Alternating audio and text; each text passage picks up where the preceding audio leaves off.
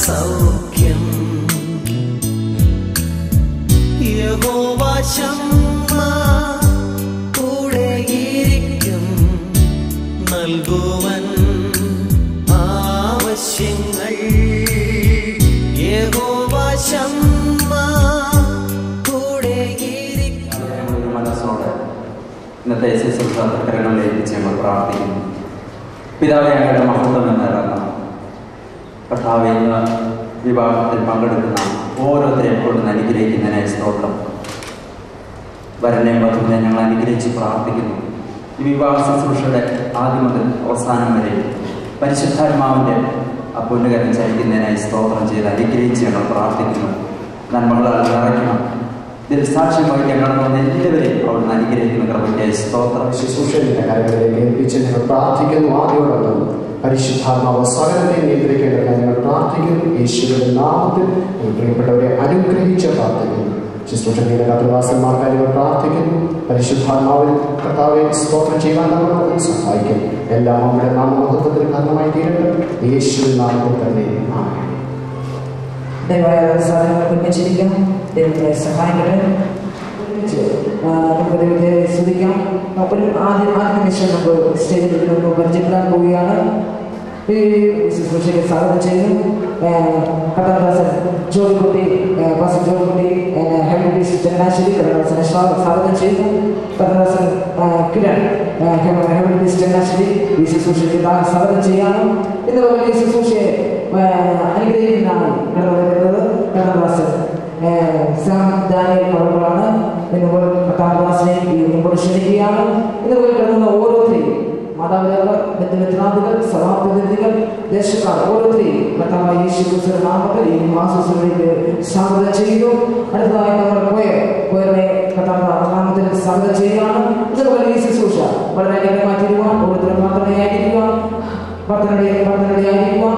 ഇതുപോലെ ഈ നടക്കുന്ന ശുശ്രൂഷയെ മുഖ്യ വധുവധന്മാരെ ഒരിക്കൽ കൂടി പരിചയപ്പെടുത്തുകയാണ്. കൊച്ചുനാൾ മുതൽ ദേശാഭിന്റെ സഭയിലെ ഒരു വ്യക്തിയാണ്. കർത്താവിൽ അനുഗ്രഹിക്കപ്പെട്ട പല കഷ്ടത്തിന് നൽകി കർത്താവിന് വേണ്ടി നീതിയോട് നിൽക്കുന്ന വ്യക്തിയാണ്. ഈ വ്യക്തിപരമായി ഞങ്ങൾ വളരെ വളരെ അടുപ്പമുള്ള വ്യക്തിയാണ്. ഞങ്ങൾ ഒരുമിച്ച് വളരെ വ്യക്തിയാണ്. മോശത്തെ ധാരാളം അനുഗ്രഹിക്കട്ടെ. യേശുവേ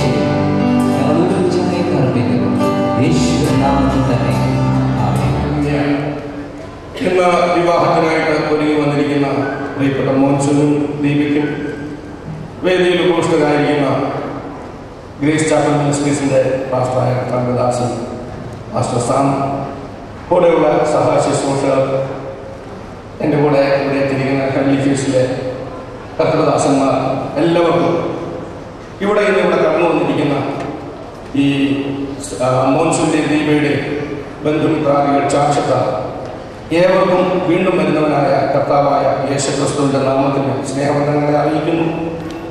സ്വർഗീയ സഭയുടെ സീനിയർ പാസ്റ്ററായ കർത്താദാസൻ തങ്കബ്രദറിന്റെയും മറ്റ് കൂട്ടു ശുശ്രൂഷകളുടെയും എല്ലാം സ്നേഹാന്വേഷണം ഞാൻ ഈ സമയം ഇവിടെ കടന്നു വന്നിരിക്കുന്ന എല്ലാവരെയും അറിയിക്കുകയാണ്. വിവാഹം അത് ദൈവത്താൽ സ്ഥാപിതമായ ഒരു സ്ഥാപനം. ദൈവം സ്ഥാപിച്ചത് ഈ ലോകത്തെ ഏറ്റവും അനുഗ്രഹപ്രദമായി മുന്നോട്ട് പോവുക. പ്രിയപ്പെട്ടവരെ, നമ്മെ ഓരോരുത്തരെയും കുറിച്ച് ദൈവത്തിൻ്റെ ഒരു പദ്ധതി, അത് വിശുദ്ധ വേദ പുസ്തകത്തിൽ ഇങ്ങനെ പറയുന്നു: നിങ്ങൾ അനുഗ്രഹം അനുഭവിക്കേണ്ടതിന് വിളിക്കപ്പെട്ടു.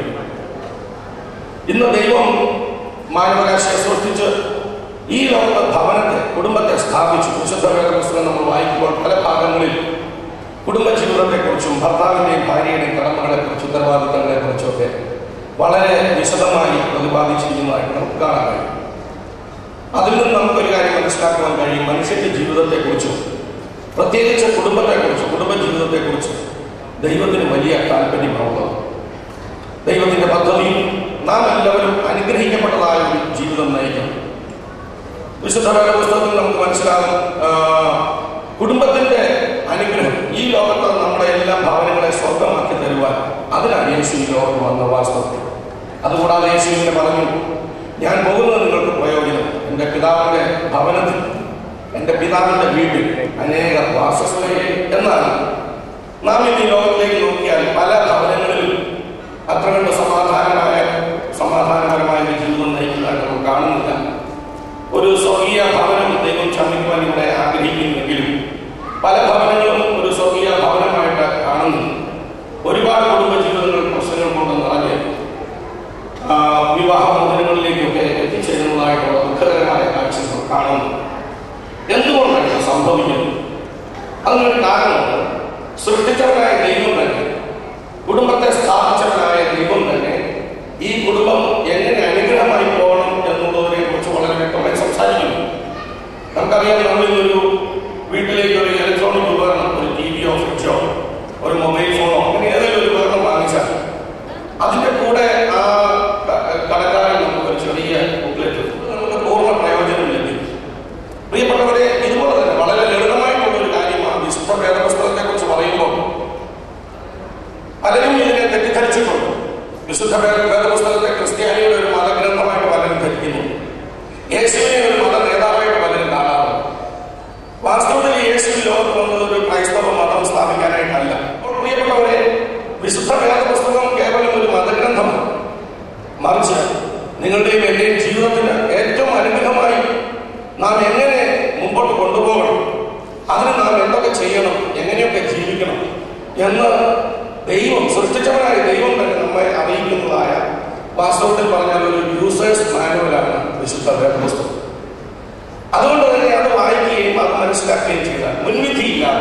ഇപ്പൊ ഇന്നിവിടെ നടക്കുന്ന ഈ ശുശ്രൂഷകൾ, ഇപ്പോൾ ഞാൻ സംസാരിക്കുന്നത് കർത്താദാസൻ സംസാരിക്കും, നിങ്ങളൊരു മുൻവിധിയോടുകൂടി അതിനെ കേൾക്കാതിരുന്നാൽ ഇന്ന് നിങ്ങൾക്ക് എല്ലാവർക്കും അനുഗ്രഹമാണ്. കാരണം ഈ ശുശ്രൂഷ വാസ്തവത്തിൽ ഒരുക്കിയിരിക്കുന്ന ഒരു ക്രൈസ്തവ വിശ്വാസിയുടെ ജീവിതത്തിലെ പ്രധാന സന്ദർഭങ്ങളിലെല്ലാം ഒരു ശുശ്രൂഷ ഒരുക്കിയിട്ടുണ്ട്. വേണമെങ്കിൽ ഇവരുടെ വിവാഹം 5 മിനിറ്റ് കൊണ്ട് തീർക്കാം. കർത്താദാസന്മാർക്ക് ഇവരുടെ കരങ്ങളെ നമ്മൾ ചേർത്ത് ആശീർവദിച്ച് പ്രാർത്ഥിച്ച് വിവാഹ ശുശ്രൂഷ കേവലം 5 മിനിറ്റ് കൊണ്ട് തീർക്കാം. എന്നാൽ ഇവിടെ ഏകദേശം 1 മണിക്കൂർ സമയം എടുക്കുന്നുണ്ട്. എന്തിന്? ഈ ലോക ജീവിതത്തിൽ ഇന്ന് വേദിയിലിരിക്കുന്ന പ്രധാന അതിഥികൾ വരനും മറ്റും ഇവർക്ക് മാത്രമല്ല, ഇവിടെ കടന്നു വന്നിരിക്കുന്ന സകലർക്കും വേണ്ടി ഈ ശുശ്രൂഷ ഒരുക്കിയിരിക്കും. ഇന്നിവിടെ കേൾക്കുന്ന ഏവർക്കും ഇത് അനുഗ്രഹം. പ്രത്യേകിച്ച് കുടുംബജീവിതം ഭദ്രമല്ല എങ്കിൽ ആ വ്യക്തിയുടെ ജീവിതത്തിന്റെ എല്ലാ മേഖലകളിലും എല്ലാ പ്രവർത്തനങ്ങളിലും പാളിച്ചകളുണ്ടാകും. അതുകൊണ്ട് പ്രിയപ്പെട്ടവരെ ഓർക്കുക, ഇന്ന് നിങ്ങളൊരു തുറന്ന ഹൃദയത്തോടെ കേൾക്കുകയാണെങ്കിൽ നിശ്ചയമായിട്ട് നിങ്ങൾക്ക് എല്ലാവർക്കും അനുഗ്രഹമായിരിക്കും. ഞാനിത് പറയാൻ കാരണം ഇങ്ങനെ ഒരു അനുഭവത്തിൽ കൂടിയാണ് ഞാൻ അനുഗ്രഹിക്കപ്പെട്ടത്. എന്നെ ഞാൻ നിങ്ങൾക്കൊന്ന് പരിചയപ്പെട്ടു. എൻ്റെ വീട് ഇവിടെ തൊട്ടടുത്താണ്. ഞാൻ എൻ്റെ പിതാവ് ഒരു ജുഡീഷ്യൽ ഓഫീസർ, ഒരു ജഡ്ജായിരുന്നു. എല്ലാം പാസ്സായി നല്ല വിദ്യാഭ്യാസമൊക്കെ കർത്താവ് വന്നു. എൻ്റെ ഭവനത്തിൽ ഏക മകനായിട്ടാണ് ഞാൻ ജീവിച്ചത്. എൻ്റെ മാതാവ് സ്കൂൾ ഹെഡ് മിസ്ട്രസ്സാണ്. സാമ്പത്തികമായിട്ട്, വിദ്യാഭ്യാസപരമായിട്ട്, തൊഴിൽപരമായിട്ട് ഒക്കെ വലിയ തെറ്റില്ലാത്ത ഒരു ജീവിതമായിരുന്നു. പല സ്നേഹിതന്മാരുമായിരുന്നു നിനക്ക് എന്തിൻ്റെ കുഴപ്പമാണ്, നിനക്കെല്ലാം ഉണ്ടല്ലോ എന്നോട് ചെറിയൊരു അസൂയയോടെ പോലും പറഞ്ഞിട്ടുണ്ട്. പക്ഷെ വാസ്തവത്തിൽ എൻ്റെ ജീവിതത്തിൽ ഞാൻ നോക്കുമ്പോൾ എല്ലാം ഉണ്ടെങ്കിലും ഒന്നുമില്ലാത്തൊരവസ്ഥയാണ്. പുറമെ എണ്ണി പറയാൻ ഒരുപാട് കാര്യങ്ങളുണ്ട്. പക്ഷേ ഒരാവശ്യം വരുമ്പോൾ ഒന്നും ന്യായമായിട്ടുള്ള വരുമാനം എനിക്ക് ലഭിക്കുന്നുണ്ട്. എറണാകുളം ഹൈക്കോടതിയിലും ഇവിടെ ലോവർ കോർട്ടിലും ഒക്കെ പ്രാക്ടീസ് ചെയ്തുകൊണ്ടിട്ടാണ്. പക്ഷേ ഒരു അത്യാവശ്യ സന്ദർഭം വരുമ്പോൾ എൻ്റെ കയ്യിൽ പണമില്ലാത്ത അവസ്ഥ, ആരുടെയെങ്കിലും മുന്നിൽ പോയി കഴിഞ്ഞിട്ടുണ്ട് രീതിയിൽ. അങ്ങനെ കുടുംബജീവിതത്തിലേക്ക് പ്രവേശിച്ചപ്പോൾ ഏതൊരു കുടുംബവും പോലെ ഭർത്താവന്മാരിൽ നിന്ന് ചെറിയ ചെറിയ അഴുകുപണത്തിനുമൊക്കെ ഉണ്ടാകും. ചെറിയ ചെറിയ വാക്കുകൾ പറഞ്ഞു. നമുക്കറിയാമല്ലോ, ഇഷ്ടമില്ലാത്തൊരു നോട്ടം ജീവിത പങ്കാളി നോക്കിയാൽ ഒരു ദിവസത്തെ സമാധാനം പോകാൻ അത് മതി. ഇഷ്ടമില്ലാത്തൊരു വാക്കാ ജീവിത പങ്കാളി പറയുന്നെങ്കിൽ യോഗമുണ്ട്, ഒരാഴ്ചത്തെ സമാധാനം അതുകൊണ്ട് പോയി. ഹല്ലേലൂയ. ഇതാണ് കുടുംബജീവിതം. പക്ഷേ ഈ കുടുംബജീവിതത്തെ സ്വർഗീയമായ സമാധാനം നിറഞ്ഞ, സന്തോഷം നിറഞ്ഞ, അനുഗ്രഹിക്കപ്പെട്ട കുടുംബജീവിതമാക്കി മാറ്റുവാൻ നിങ്ങൾക്കും എനിക്കും കഴിയും. ഹല്ലേലൂയ. അതെങ്ങനെ? ഒരല്പസമയം നമുക്ക് അതിനെക്കുറിച്ച് ഒന്ന് ചിന്തിക്കാം. കർത്താവ് പറഞ്ഞിരിക്കുന്ന ഈ വചനങ്ങൾ നമ്മളൊന്ന് കേൾക്കുമ്പോൾ, അതിനെ മനസ്സിലാക്കുമ്പോൾ നമുക്കത് വ്യക്തമായിട്ട് പിടിക്കും. ഇന്ന് സഹോദരന്മാരാരെയും ഹെൽപ്പ് ചെയ്താൽ നന്നായിരുന്നു. എഫെസ്യർക്കെഴുതിയ ലേഖനം നമ്മുടെ ഇതിനകത്തുള്ളതാണ്. 5-ാം അധ്യായം 22 മുതലുള്ള വാക്യങ്ങൾ വേഗത്തിൽ ഒന്ന് വായിക്കാമെങ്കിൽ വളരെ നന്നായിരുന്നു. അത് വായിച്ചിട്ട് അറിയാമെങ്കിൽ വളരെ എളുപ്പം. അവിശുദ്ധ വേദപുസ്തകത്തിൽ അനവധി ഭാഗത്ത് പത്രോസ് ലേഖനത്തിലും എഫെസ് ലേഖനത്തിലും ഒക്കെ ഈ കുടുംബജീവിതത്തെ കുറിച്ച് വളരെ വ്യക്തമായിട്ട് സംസാരിക്കുന്നുണ്ട്. പല ഭാഗങ്ങളിലും ഒരു ഭർത്താവ് എങ്ങനെ ജീവിക്കണം, ഭാര്യ എങ്ങനെ ജീവിക്കണം, എങ്ങനെ പെരുമാറണം എന്നുള്ളത് കർത്താവ് പറഞ്ഞിരിക്കുന്നത് കേട്ട് മനസ്സിലാക്കാൻ നിശ്ചയമായിട്ടുള്ള അനുഗ്രഹമുണ്ട്. വായിച്ചു.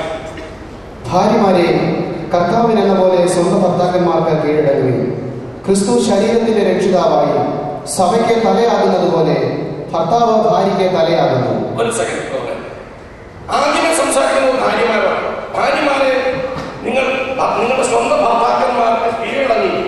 ഇത് കേൾക്കുമ്പോൾ സഹോദരിമാർ വിചാരിക്കുന്നത് ദൈവത്തിന്റെ സ്ത്രീകളോടൊരു രണ്ടാംകിട പൗരന്മാരോടുള്ള ഒരു മനോഭാവമാണ് തെറ്റിദ്ധരിക്കും. കീഴടങ്ങുക എന്നൊക്കെ പറയുമ്പോൾ അങ്ങനെയല്ല വാസ്തവം. ഒന്നിലധികം പേർ ചേരുന്ന ഒരു ഏത് സംഘടനയ്ക്കും ഏത് പ്രസ്ഥാനത്തിനും ഒരു നേതാവ് വളരെ ആവശ്യമാണ്. അല്ലെങ്കിൽ അലങ്കോലമായി നമ്മുടെ ഉദാഹരണം പറഞ്ഞാൽ നമ്മുടെ നിയമസഭ നോക്കിയാൽ 140 MLA-മാരെ നമ്മൾ ജയിപ്പിച്ചു.